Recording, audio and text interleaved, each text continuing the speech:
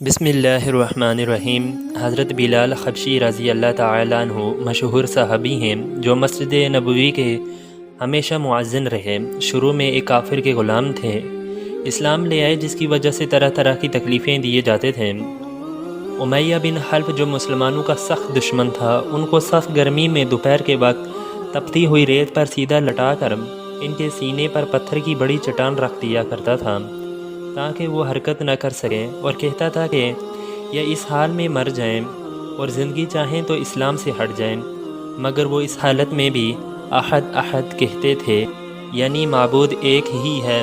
رات کو زنجیروں میں باندھ کر کوڑے لگائے جاتے اور اگلے دن ان زخموں کو گرم زمین پر ڈال کر زخمی کیا جاتا تاکہ بے قرار ہو کر اسلام سے پھر جائیں یا تڑپ تڑپ کر مر جائیں۔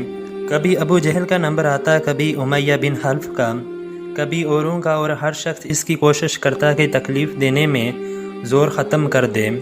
حضرت ابو بکر صدیق رضی اللہ تعالی عنہ نے اس حالت میں دیکھا تو ان کو خرید کر آزاد فرمایا۔ کیونکہ عرب کے بت پرست اپنے بتوں کو بھی معبود کہتے تھے، اس لیے ان کے مقابلے میں اسلام کی تعلیم توحید کی تھی، جس کی وجہ سے حضرت بلال کی زبان پر ایک کا ورد تھا۔ یہ تعلق اور عشق کی بات ہے۔ ہم جھوٹی محبتوں میں دیکھتے ہیں کہ جس سے محبت ہو جاتی ہے اس کا نام لینے میں لطف آتا ہے، بے فائدہ اس کو رٹا جاتا ہے، تو اللہ کی محبت کا کیا کہنا جو دین اور دنیا میں دونوں جگہ کام آنے والی ہے۔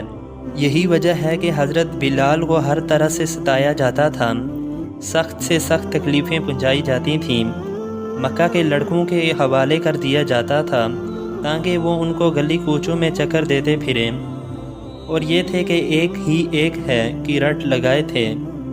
اس کا یہ صلہ ملا کہ پھر آپ صلی اللہ علیہ وآلہ وسلم کے دربار میں مؤذن بنے اور سفر حضر میں ہمیشہ اذان کی خدمت ان کے سپرد ہوئی۔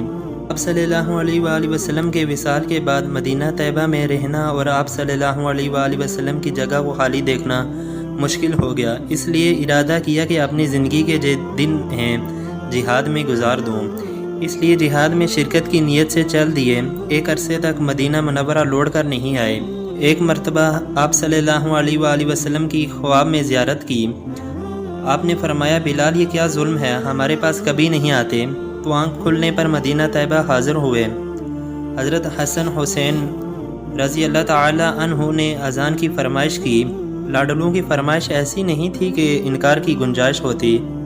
اذان کہنا شروع کی اور مدینہ میں آپ صلی اللہ علیہ وآلہ وسلم کے زمانے کی اذان کانوں میں پڑھ کر کوہرام مچ گیا۔ عورتیں تک روتی ہوئی گھر سے نکل پڑیں۔